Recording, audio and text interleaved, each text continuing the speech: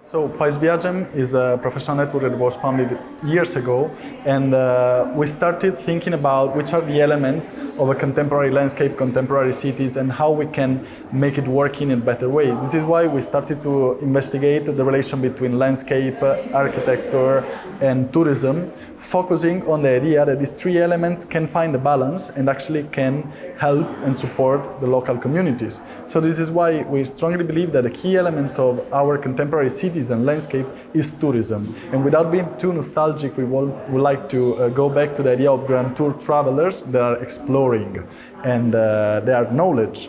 So they are trying to find new knowledges and new way of exploring one place, and at the same time, without forgetting the big contribution of mass tourism, which is democratization of tourism itself. So trying to find a balance and trying to make tourism something that can be supportive instead of negative factor for city development. So the main idea is to find alternative territorial model development in order to make our cities and our landscape more contemporary based on these three elements: communities, tourism, and landscapes.